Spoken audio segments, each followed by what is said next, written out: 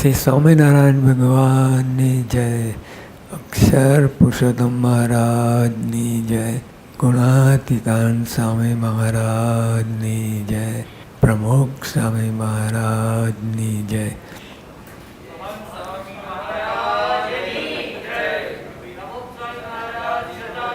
મહોત્સવની જય. સ્વામિનારાયણ હરે સ્વામીએ વાત કરી છે. મુક્તાન સ્વામીએ મહારાજને પૂછ્યું છે શાંતિ કેમ થાય, ત્યારે મહારાજે પોતાના ચરિત્ર કંઈ દેખાડ્યા ને સંકલ્પ કર્યો છે અમારા દર્શન કરે તેનો મોક્ષ થાય, ને અમારા દર્શન ના થાય ને અમારા સાધુના દર્શન કરે તેનો મોક્ષ થાય, ને તેના દર્શન ના થાય તો અમારા હરિભક્તના દર્શન કરે તથા તેના ગોરાનું પાણી પીએ, તેના રોટલા જમે તેનો મોક્ષ કરવો, એવો સંકલ્પ કર્યો છે. એ શાંતિ થયાનો ઉપાય બતાવ્યો, પણ મુક્તાન સ્વામીને સમજાણું નહીં. ને શાંતિ તો આ ઉપાય કયો તેથી જ થાય, પણ કોઈ સાધન કર્યાથી શાંતિ થાય જ નહીં. સાધનથી તો વિઘ્ન ના લાગે. હવે મુક્તાન સ્વામીએ બધી વાત કરી શાંતિ કેમ થાય, તો મહારાજે પોતાના જીવન ચરિત્રની વાત કરી અને મહારાજ અટક્યા. તો મુક્તાન સ્વામી થયું કે મહારાજ મારો ઉત્તર ન આપ્યો, અને પછી બીજી વાર ફરી મહારાજે મુક્તાન સ્વામી પૂછ્યું કે મહારાજ શાંતિ કેમ થાય, તો મહારાજે વળી એનો એ જ ઉત્તર આપ્યો, પોતાનું જીવન ચરિત્રની વાત કરી. પછી મહારાજે કહ્યું મુક્તાન સ્વામી તમે ગામડે ફરો ત્યાં શાંતિ થશે. ત્યારે ઉપડ્યા અને સામે નિત્યાનંદ સ્વામી મળ્યા કે ગુરુ ક્યાં જાઓ છો, કે મેં તો શાંતિનો ઉપાય પૂછ્યા. મહારાજે પોતાના જીવન ચરિત્રની વાત કરી પણ ઉત્તર ના આપ્યો, એટલે ગામડે ફરવાની આજ્ઞા કરી એટલે જવું છું.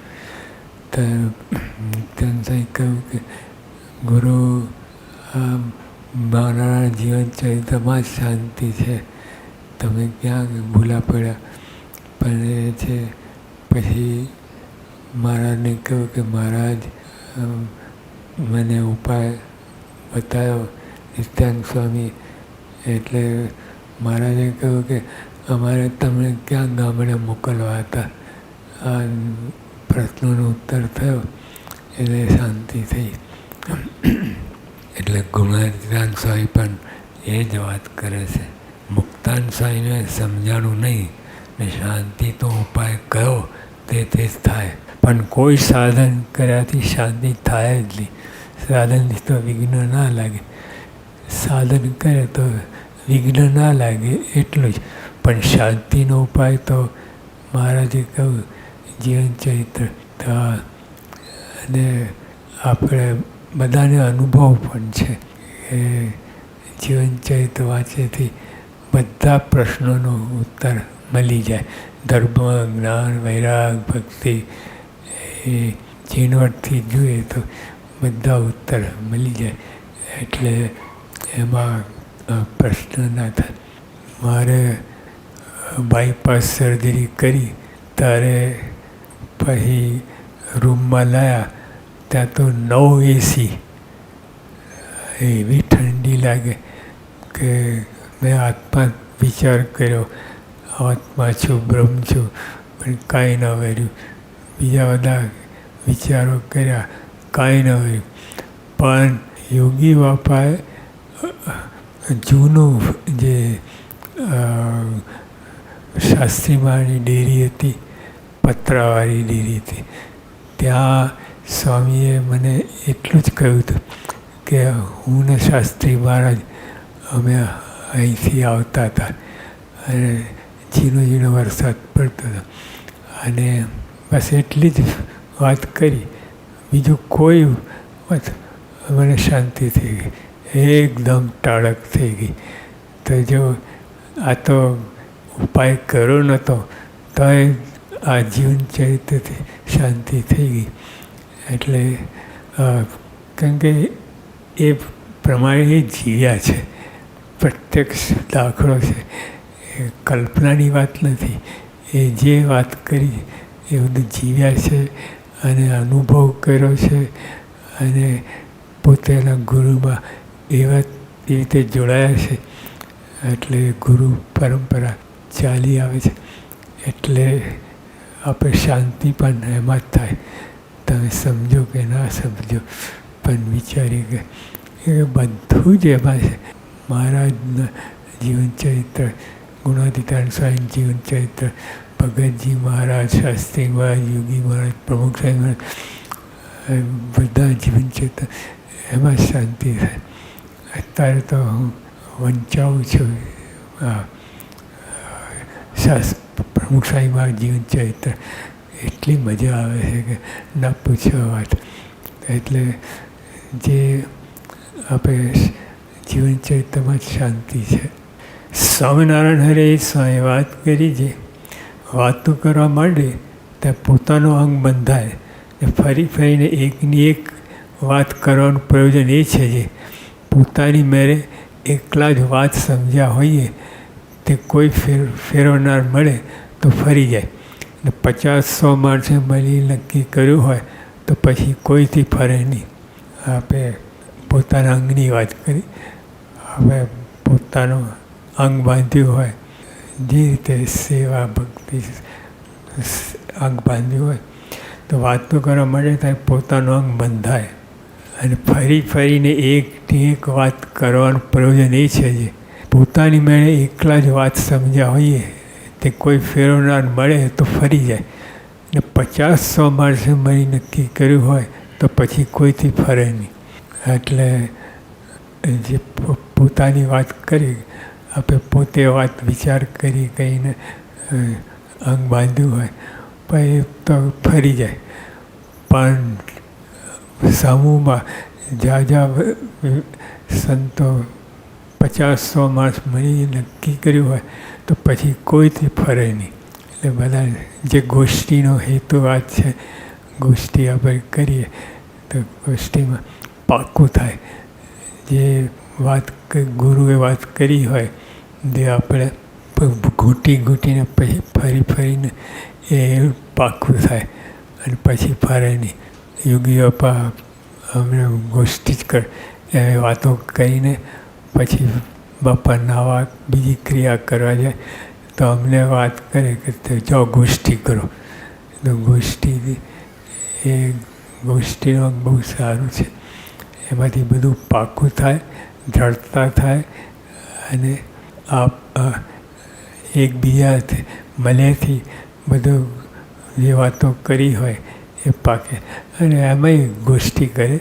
આ તો વાતો કરી હોય તો બરાબર છે, પણ વાતો ના કરી પણ મોટા પુરુષના જીવન ચરિત્રમાંથી પ્રસંગો કાઢીને અને એના ઉપર આપણે ગોષ્ઠી કરીએ તો ખરેખર પાક્કું થાય. અને એ જ કરવાનું છે. ને સૂક્ષ્મ વાતો છે તે દૃષ્ટાંતે કંઈ સ્થૂળ જેવું સમજાય છે. તે તો કહેતા આવડે તેથી તથા ભગવાનની ઈચ્છાથી સમજાય છે. અને ભગવાનની ઈચ્છાથી સમજાય અથવા કહેતા આવડે, કહેતા ના આવડે તો એ લોચો વાગે. તો કહેતા આવડે તો બધું લાઈન દોરી પકડાય અને સારધાર બધી વાતો ગોષ્ઠીમાં થાય. એટલે ગોષ્ઠીમાં પહેલાં તો વિશ્વાસ હોવો જોઈએ. બધી વાતે વિશ્વાસ હોય. ના હોય તો બધું ગોષ્ઠીને બધું કરે રાખે, ઉપરથી કરે રાખે અને બધું કાંઈ ના થાય.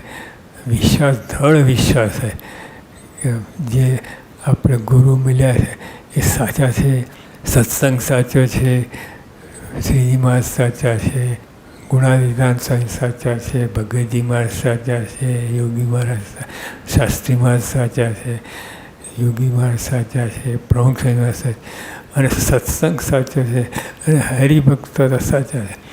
એવું બધું મનમાં રાખીને જે વાત કરીએ અને ધારે તો બધું આ ગોષ્ઠીની વાત સમજાય અને ખૂબ મજા આવે.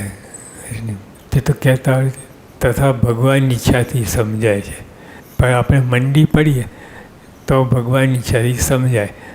શરૂઆતમાં ગડબડ ગોટા થાય વરે, પણ શ્રદ્ધા રાખીને વિશ્વાસ રાખીને મંડી પડીએ તો બધી ભગવાન દયા કરીને સમજાય છે. સ્વામિનારાયણ હરે સ્વામી વાત કરી છે, મનુષ્ય ભાવ દીવ ભાવ એક સમજ્યા હોઈએ ને નિશ્ચય કર્યો હોય પછી ભગવાન ડગમગાટ કરાવે ને ફેરવવાનું કરે તો પણ ફરવું નહીં. નિશ્ચયની વાત છે. એક દ્રઢ જીવમાં બેસાડી દીધી હોય, ઉપરથી નહીં. ઉપર બધી વાતો કરે ઉપરથી, પણ જીવમાં ના ઉતરી હોય તો બધી ફરે વળે અને મજા ના આવે, સુખ ને આવે કાંઈ નહીં. પણ ખરેખર જે આપણે જીવમાં ઉતરી હોય, આ જીવમાં કેવી રીતે ઉતરે? આ બધું સાચું છે, સત્સંગ સાચું છે, એ રીતે નિશ્ચય વિશ્વાસ હોય તો જીવમાં ઉતરે અને પછી પાકું થાય. મનુષ્યભાવ દીવભાવ એક સમજ્યા હોઈએ, પહેલાં મનુષ્યભાવ દીવભાવ એક સમજ્યા હોય અને પછી ને નિશ્ચય કર્યો હોય એમને મનુષ્યભાવ દીવભાવ કરી વાતો કરતા હોઈએ બધી, પણ નિશ્ચય ના હોય તો એ કાચું રહે. સહજાનંદ સ્વામી મહારાજની જય. સ્વામી, બધાને એ જાણવાની ઈચ્છા છે કે આપે ગઈકાલે કોરોનાની વેક્સિન લીધી તો અત્યારે આપની તબિયત કેવી છે, એ આપ અમને જણાવો. એકદમ સારી છે, બધી રીતે.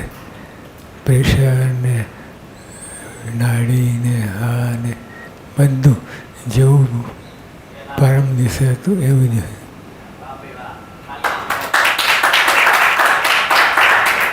કોઈ અસર થઈ નથી. શ્રી સ્વામિનારાયણ ભગવાનની જય. અક્ષર પુરુષોત્તમ મહારાજની જય. ગુણાતીતાનંદ સ્વામી મહારાજની જય. પ્રમુખ સ્વામી મહારાજની જય. પ્રમુખ સ્વામી મહારાજ શતાબ્દી મહોત્સવની જય. સ્વામિનારાયણ હરે સ્વામી વાત કરી છે, દેહ ધર્યા હતા પણ સંઘને જોગે કરીને પ્રસંગ લાગ્યા હતા. પછી કારનાર મળ્યા ત્યાં નીકળ્યા ને હમણાં પણ એમનું એમ કેટલાકનું છે, પણ પોતાની મેરે તો ચાલી નીકળાય જ નહીં. કેમ જે સંઘે કરીને પ્રસંગ તો લાગે છે. એ સંઘ બળવાન છે, બધાથી બળવાન સંઘ છે. જેવો સંઘ એવો રંગ. અને ગમે એવો હોય તો એને વધારે નહીં તો પણ જ્ઞાની હોય, ધ્યાની હોય, પણ તો એને અસર તો થાય જ સંઘની. અસર ના થાય એટલે ડિસ્ટર્બ તો થઈ જાય.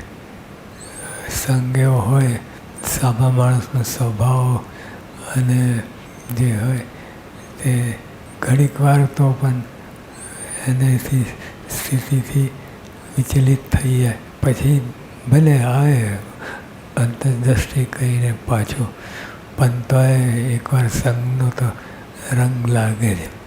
એકાંતિક હોય અને ના લાગે. એકાંતિક, ખરેખર એકાંતિક હોય એને કોઈ સંગ લાગે. એ તો મહારાજને સ્વામીમાં લીન છે, એને કોઈ અસર થાય નહીં.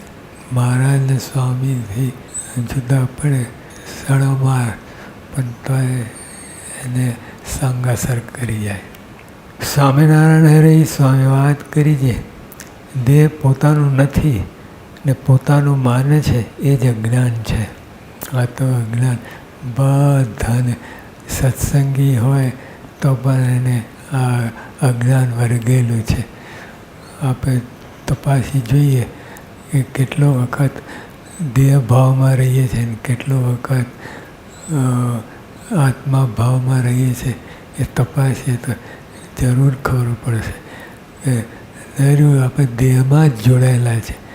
આત્મામાં જોડાય, દેહમાં જ, તો એ તપાસ કરવી. દેહ પોતાનું નથી ને પોતાનું માને એ જ અજ્ઞાન છે. એ અજ્ઞાન તો ટળે જ નહીં. એ તો અનાદિકાળથી દેહ ને આત્મા ભેગા જ છે. એ કોઈ રીતે ટળે નહીં. એ જે એકાંતિક હોય, ખરેખર એકાંતિક હોય, જેને આ દેહને આત્મા નોખા થઈ ગયા હોય, વાતોમાં નહીં પણ ખરેખર જેમ તલવારને મ્યાન નોખી ખકડે એવી રીતે થઈ ગયું હોય, એ વાત જુદી છે. એ એકાંતિકપણો હોય. કારણ કે એકાંતિકને તો ભગવાન સિવાય બીજું કાંઈ છે જ નહીં, રહેતું જ નથી. ભગવાનની વચન, ભગવાનની આજ્ઞા અને ભગવાન એ સિવાય બીજું કાંઈ રહે નહીં. એટલે એની વાત જુદી છે. બાકી બધાને અનાદિકાળથી ત્યારથી જીવ હોય ત્યારથી જ એ દેહ અને આત્મા ભેગા જ છે. એ નોખા પડતા જ નથી. પણ પાડનાર એકાંતિક સંત હોય એ જ પાડે. દેહ પોતાનું નથી ને પોતાનું માને છે એ જ અજ્ઞાન છે. અજ્ઞાન શું? આ પ્રથમના 20માં જે વાત કરી એ જ અજ્ઞાન છે કે પોતે દેહ નથી, પોતે છતાંય માન. અને આપણે તપાસ કરીએ તો એ જ લાગે તમને. દેહ બધી ક્રિયા દેહમાં રહીને જ કરીએ છીએ. આત્મા રૂપ થઈને કરતા જ નથી. સ્વામિનારાયણે એ વાત કરી છે, ગ્રહસ્થને શોભા તે ત્યાગીને દૂષણ. ગ્રહસ્થને શોભા તે ત્યાગીને દૂષણ.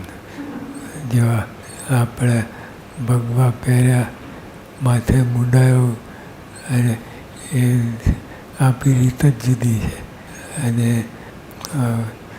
ગ્રહસ્થની રીતની એકદમ તદ્દન નોખું છે. રીત ભાઈ કલ્યાણ તો બધાનું સરખું જ છે, પણ ઉપરથી આપણે દેખાવ હોય એ જુદું જ પડે છે. સ્વામિનારાયણે વાત કરી છે, જેનો કાગર વાવ્યો હોય તે પંડે જ મળે ને આમ સામસામા બેઠા એટલે કાગળમાં પ્રીતિ ન કરી. પ્રગટ ભગવાનની મૂર્તિ આગળ જ્ઞાન, વૈરાગ, આત્મનિષ્ઠા સર્વે ખાટી છાશ જેવા છે. જો પ્રગટ આપે તો મારા સર્વોપરી અને સાકાર અને કરતા હતા અને પ્રગટ, આ 4 વાત થશે. તો પ્રગટ હવે આમે જોવા જઈએ તો હવે જે કાગળ આવ્યો હોય અને એ વ્યક્તિ પોતે જ મળે તમને, તો કાગળમાં પીધી રાખી કે આ જે લખનાર છે એમાં તો જે એને સ્વામી કહ્યું. એટલે આપણે પ્રગટપણાનું સિદ્ધાંત સ્પષ્ટ કરી આપ્યું છે કે જે હોય પછી પ્રગટ હોય એના જ વડે કામ થાય. ગ્રહસ્થને શોભા, જેનો કાગર આવ્યો હોય તે પંડે જ મળે ને આમ સામસામ બેઠા એટલે કાગળમાં પ્રીતિ ન કરી. પ્રગટ ભગવાનની મૂર્તિ આગળ જ્ઞાન, વૈરાગ, આત્મનિષ્ઠા સર્વે ખાટી છાશ જેવા છે પણ ખાટી છાશ જેવા. ભગવાન મળ્યા હોય એની વાત આપણે તો શાસ્ત્રીમાં, યોગીમાં, પ્રમુખ સ્વામીમાં મળ્યા છે. હવે એના વચન, એમને જે વચન કયા હોય એમાં પીસી રાખવી, એની પ્રમાણે વર્તવાનું. બીજું બધું થઈ રહ્યું છે. પ્રગટ મળ્યા એટલે કાંઈ બાકી રહેતું નથી. જેનો કાગળ આવ્યો તે પંડે જ મળે ને આમ સામ બેઠા એટલે કાગળ પ્રીતિ ન કરી. પ્રગટ ભગવાનની મૂર્તિ આગળ જ્ઞાન, વૈરાગ, આત્મનિષ્ઠા સર્વે ખાટી છાશ જેવા છે. એમાં કાંઈ મલ નથી. સ્વામિનારાયણ ભગવાનની જય.